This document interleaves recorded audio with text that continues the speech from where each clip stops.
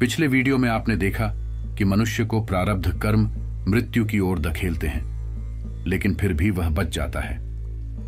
आज हम जानेंगे कि प्रारब्ध कर्म या कर्मों का फल व्यक्ति के जन्म से पहले ही निर्धारित होता है और उसके जीवन के अनुभवों को निर्धारित करता है, और जो होनी हमारे प्रारब्ध में लिखी है वह होकर ही रहेगी। हम उसे टाल नहीं सकते। मैं आपको कुछ सच्ची घटनाओं के माध्यम से इस रहस्य को समझाता हूं। एक किसान था, उसके घर के पास एक मंदिर था। तो वह मंदिर जाता है तो वहां पंडित जी कथा सुना रहे थे। तो वे एक ही बात बार बार बोल रहे थे कि जो होनी है वह होकर ही रहती है। जो तुम्हारे प्रारब्ध में लिखा हुआ है तुम्हें भोगना ही पड़ेगा, और तुम्हारे जीवन की एक एक विवरण की घटना लिखी हुई है, वह सब तुम्हारे साथ होकर ही रहेगा। तो वो किसान थोड़ा जिद्दी था और वह पंडित जी के पास गया और उनसे बोला कि ऐसा कैसे हो सकता है, जो मेरी मर्जी होगी वही तो होगा। तो पंडित जी ने कहा कि ऐसा नहीं हो सकता। देखो, आज तुम जब घर जाओगे तो तुम्हें भोजन करना ही पड़ेगा। तुम्हें भोजन करने से कोई रोक नहीं सकता।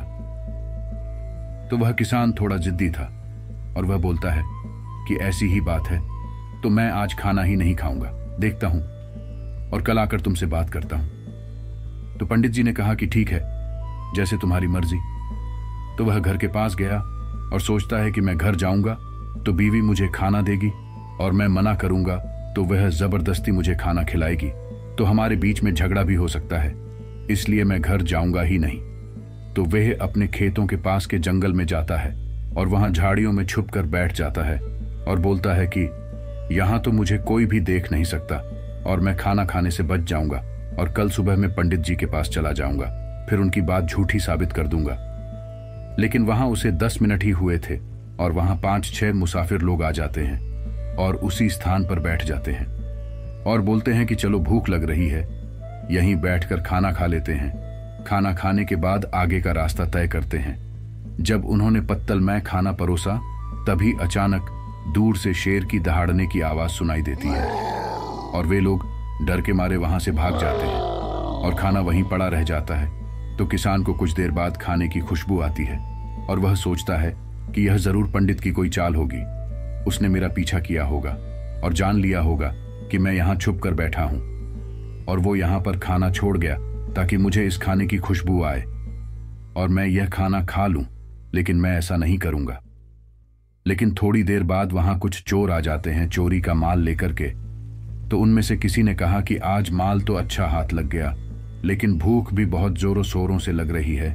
तो उनमें से किसी की नजर उस खाने के ऊपर जाती है और वह बोलता है कि वहां देखो, खाना परोसा हुआ पड़ा है, चलो खाना खाते हैं। तभी दूसरे चोर ने कहा कि पागल वागल हो क्या तुम? जरूर किसी ने हमें चोरी का माल ले जाते हुए देख लिया होगा और किसी ने इस खाने में जहर मिला दिया होगा ताकि हम यह खाना खा लें और वह हमारा सारा चोरी का माल लेकर रफू चक्कर हो जाए। वह जरूर यही कहीं छुपा हुआ होगा, चलो उसे खोजते हैं। तभी किसी की नजर उन झाड़ियों की ओर पड़ती है तो वहां सचमुच में एक आदमी छुपा हुआ दिखाई देता है। तो वे उसे बाहर निकाल के उसे 2-3 थप्पड़ लगाते हैं और उसे बोलते हैं कि तुम्हें यह खाना खाना पड़ेगा। तो वह किसान खाना खाने से मना कर देता है।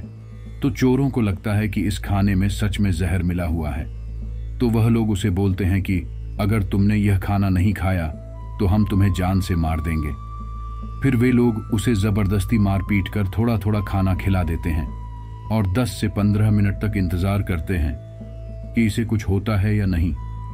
जब उसे कुछ नहीं होता तो वह लोग जल्दी से खाना खाकर वहां से भाग जाते हैं। तो उस व्यक्ति के प्रारब्ध में जो खाना खाना लिखा हुआ था उसे पीट कर ही सही, लेकिन खाना खाना पड़ा और उसे अपना प्रारब्ध भोगना ही पड़ा। चलिए एक और घटना के माध्यम से हम कर्म और प्रारब्ध के बारे में समझते हैं। एक गरीब भिखारी जो पूरी तरह से कंगाल था, कुछ भी नहीं था उसके पास। तो एक दिन वह रोड से जा रहा था। तो उस दिन भगवान शिव और मां पार्वती दोनों भी गगन विहार के लिए जा रहे थे। तो मां पार्वती की नजर उस भिखारी पर पड़ती है और बोलती है कि हे दीनानाथ, यह संसार की कैसी विडंबना है कि एक तरफ कुबेर है और दूसरी तरफ यह भिखारी। सारी दुनिया के पास धन दौलत है, लेकिन इसके पास कुछ भी नहीं है। तो भगवान शिव बोलते हैं, यह सब इसके प्रारब्ध और कर्मों का खेल है, तुम इस चक्कर में मत पड़ो। फिर मां पार्वती बोलती है कि मुझे यह सब नहीं पता। आप तो बस जब यह व्यक्ति घर की ओर जाए तो इसके सामने आप धन रख देना ताकि यह उसे उठाएं और घर ले जाए।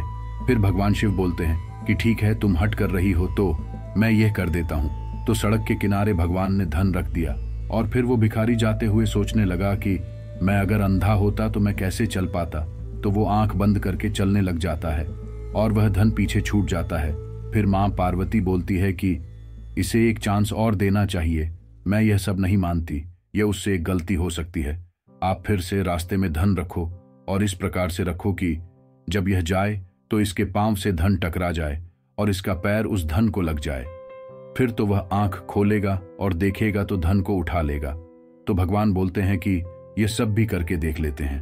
फिर भगवान शिव पूरी कैलकुलेशन लगाकर धन रख देते हैं। फिर वह गरीब भिखारी चलता चलता सोचने लग जाता है कि अगर मैं अंधा और लंगड़ा दोनों होता तो कैसे चलता।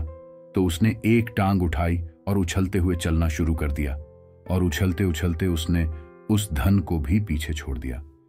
फिर भगवान शिव बोलते हैं कि देखो, इसके प्रारब्ध में धन लिखा ही नहीं है। जब तक इसके प्रारब्ध पूरी तरह से समाप्त नहीं हो जाते तब तक इसकी हालत ऐसे ही बनी रहेगी।